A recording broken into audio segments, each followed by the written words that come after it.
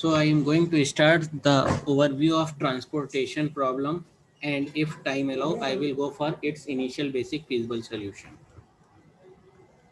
So what is the transportation problem? Sometimes it is required to transport same goods or same item from different resources to different destinations in such a manner that total cost of transportation will be minimum, under the condition that goods can be transported from one source to more than one destination, as well as one destination can receive the goods from more than one sources may be anything like factories or stores, and in same manner destinations may be stores or shops, etc. The per unit transportation cost from different sources to different destinations may be different, not necessarily that it will be same. For example, you have a four sources, one is in Lucknow, other is in Kanpur, third one is in Varanasi, and fourth one is in Meerut. Then the per unit cost from transporting units from Meerut to Lucknow will be higher as compared to Lucknow to Lucknow. In same manner, if you want to transport from Kanpur to Kanpur, then it will be smaller. If you transport from Kanpur to Varanasi or other places of the state of Uttar Pradesh, then cost will be higher. So per unit cost from one source to one destination may differ from other source to other destination.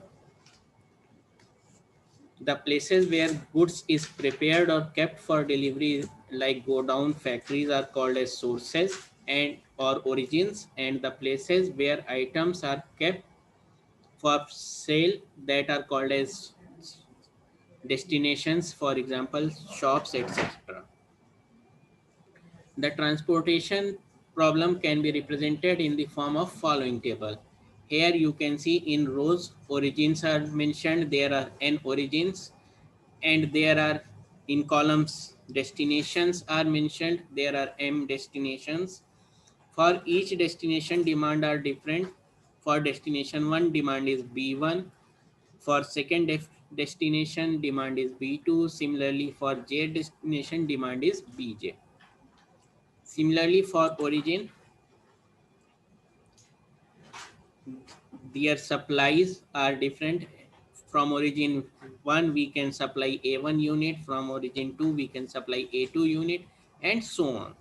Here you can see in squares or rectangles there are some quantities are mentioned: x11, x12, x1j, x1m, and so on, xnm. These are the number of units transported from origin to the destination. X11 represents the number of units transported from origin 1 to destination 1. Similarly, X12 is the number of units transported from origin 1 to destination 2. In same manner, in general, we can represent Xij as number of units transported from origin I to destination J. In same manner, there are some quantities are written C11, C22, C1j, and so on, Cnm. C11 is per unit cost of transporting units from origin 1 to destination 1. C12 is number of units transported from origin 1 to destination 2. In general, we can write Cij as number of units transported from origin I to destination J. AI is number of units available at origin A. That means at origin 1, A1 units are available, origin 2, A2 units are available. In same manner, at origin N, AN units are available. And Bj is number of units required at destination J. That means B1 is number of units required at destination 1, B2 is number of units required at destination 2. Similarly, Bm is number of units required at destination M. Same problem can be represented in the form of linear programming problem. Or we can say transportation problem is a special case of linear programming problem. as main objective of transportation problem is minimizing the total cost of transportation, and this can be obtained by using, here you can see the cost, total cost for transporting origin I to destination J will be, per unit cost is C11 and the number of transportation X11. So total cost will be C11 into X11. That means number of unit transported into per unit cost. Similarly, multiplying each unit to their respective transportation cost and adding, we will get the objective function. And supply can be obtained by row wise sum of quantities, and demand can be obtained by summing the quantities column wise. That means x11 plus x12 plus x1j so on plus x1m will give a1, and in same manner x11 plus x21 plus so on xi1 plus so on xn1 will give b1. So we can write our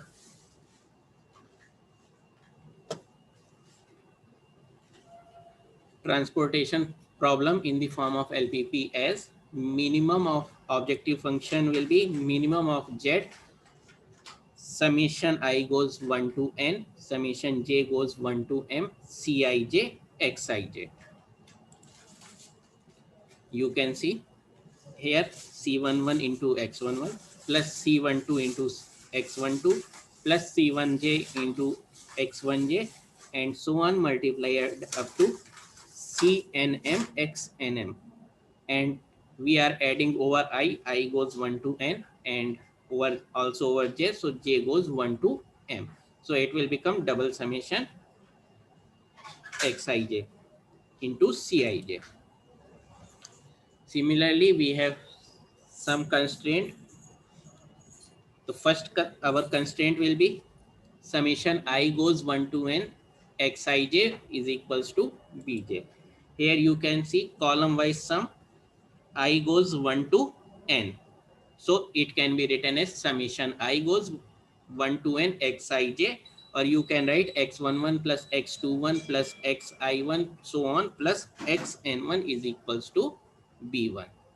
Similarly, x1j plus x2j plus xij so on plus xnj equals to bj. So it will be your first constraint for all j goes 1 to m. That means it is not a single constraint, it is denoting m constraints.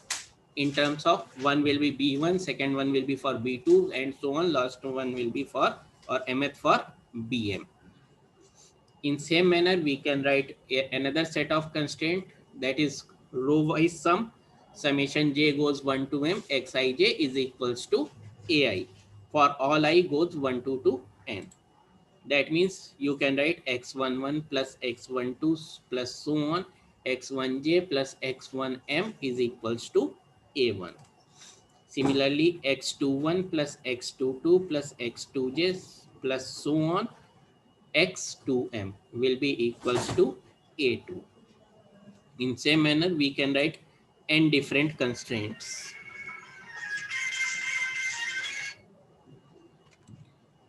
So in that manner, we can write the objective function in the form of linear programming problem as well as the constraints in the form of linear programming problem. Now we cannot transport any quantity in negative. That means from destinations we cannot supply to the origins. So we always use non-negativity restrictions that xij greater than equals to 0 for all I goes 1 to n and j goes 1 to m. From this, it can be easily observed that transportation problem can be expressed as linear programming problem involving m plus n constraints in m into n variables. Here you can see m constraints are of this type. Summation I goes 1 to n xij is equals to bj, and m constraints are of type summation j goes 1 to m xij is equals to ai. And here you can see x11, x12, x1j, x1m. In same manner, there are m into n decision variables. So we can say that transportation problem can be represented as linear programming problem involving m plus n constraints in m into n variables. Now there are two important theorems regarding transportation problem. So first theorem is the condition for the existence of feasible solution of the transportation problem. The theorem states that a necessary and sufficient condition for the existence of a feasible solution of a general transportation problem is summation I goes 1 to m is equals to summation j goes 1 to n, sorry, I goes summation 1 to n ai is equals to summation j goes 1 to m bj. That means if condition holds, then there will be a feasible solution to the transportation problem, as well as if the feasible solution to the transportation problem exists, then this condition will also hold. So for proving it, first we prove the condition is necessary. So let there exist a feasible solution to the general transportation problem. General transportation problem means that we are considering the transportation problem in the form of linear programming problem,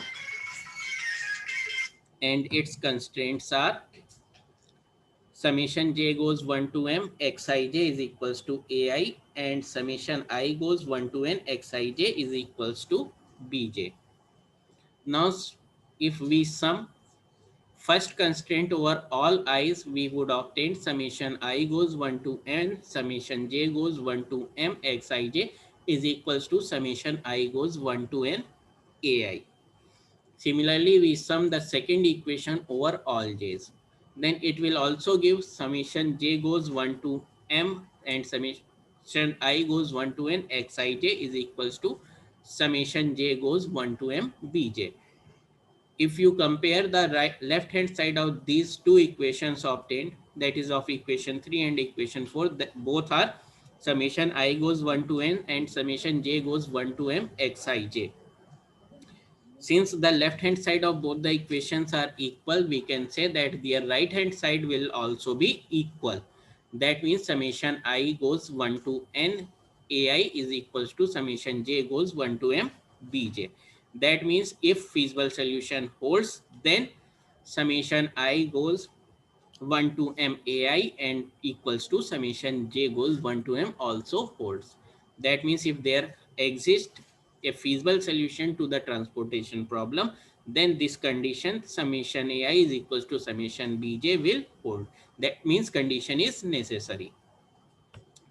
Now for proving that condition is sufficient, we take that, we let that summation ai is equals to summation bj is equals to lambda.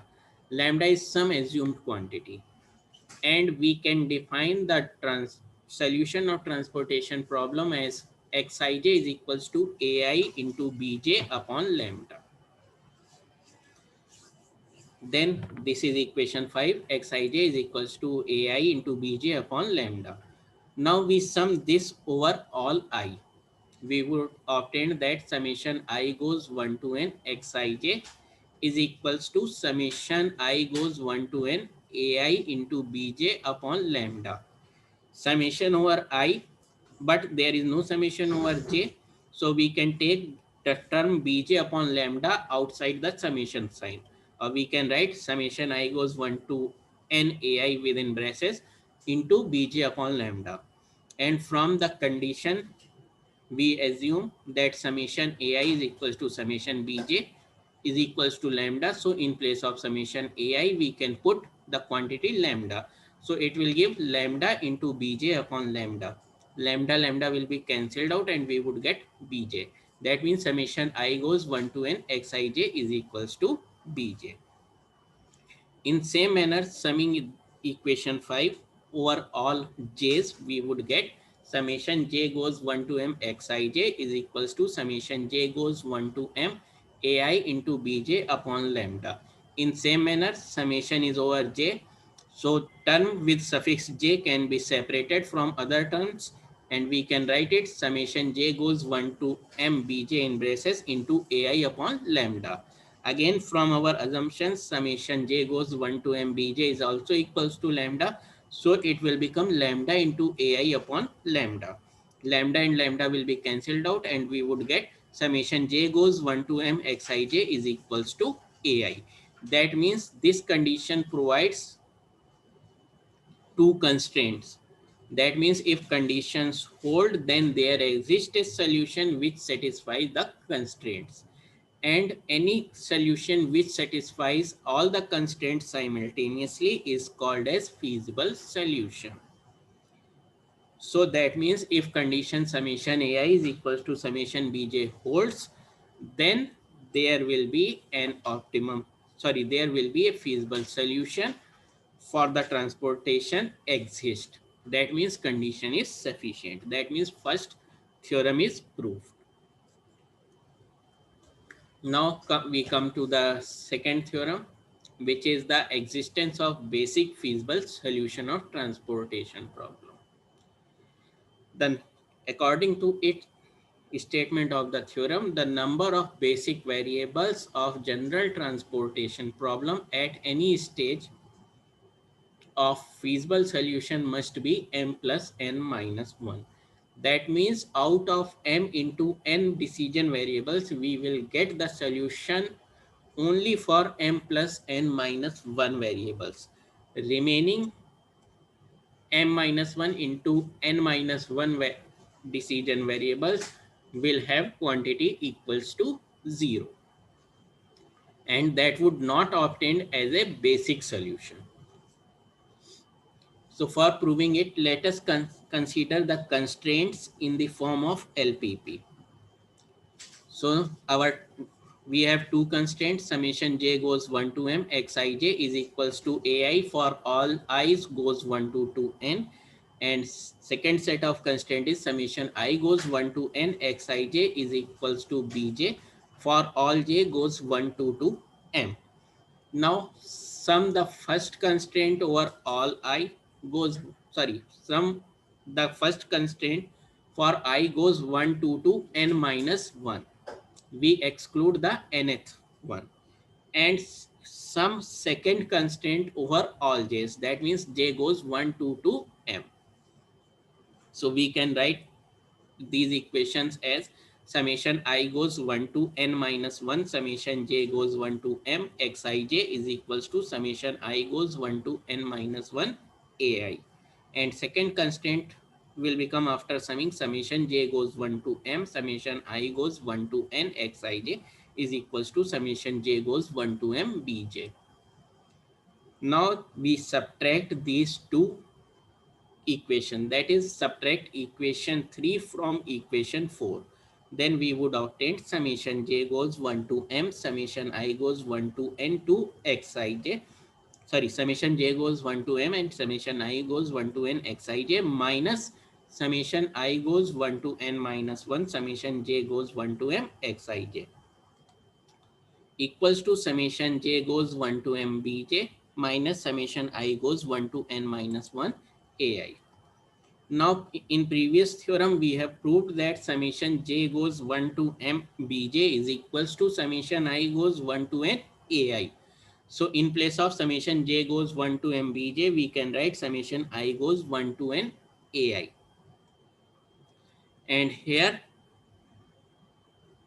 we take summation j as common and put summation of I within the braces, we would get summation j goes 1 to m within braces summation I goes 1 to n xij minus summation I goes 1 to n minus 1 xij equals to summation I goes 1 to n ai. In place of bj, we have put summation I goes 1 to n ai minus summation I goes 1 to n minus 1 ai. So here you can see the summation I goes 1 to n xij is sum of n terms xi x1j plus x2j plus x3j so on xmj xnj, and second term is sum of n minus 1 terms, that is x1j x2j so on xn minus 1j. So these n minus 1 terms will be cancelled out and we would get only one term xin. which is not in the second part. So we would get summation j goes 1 to m x I n on left hand side. In same manner, on right hand side we have summation I goes 1 to n, that means a1 plus a2 plus so on an minus 1 plus an. And second term will be a summation I goes 1 to n minus 1, that means a1 plus a2 plus so on an minus 1 n, sorry, an minus 1. So these terms will be cancelled out, a1 will be cancelled out with a1, a2 will be cancelled out with a2, and only one term remain, that will be an. So we get the one constraint, that summation j goes 1 to m x I n is equals to an. Sorry, it is mistakenly written wrongly.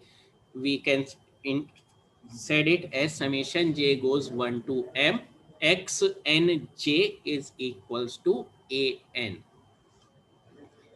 So we can say that our out of m plus n constraints, only m plus n minus 1 are linearly independent, as we can write one constraint as a linear combination of remaining m plus n minus 1 constraint. So we can say that it depends upon the other m plus n minus 1 constraint.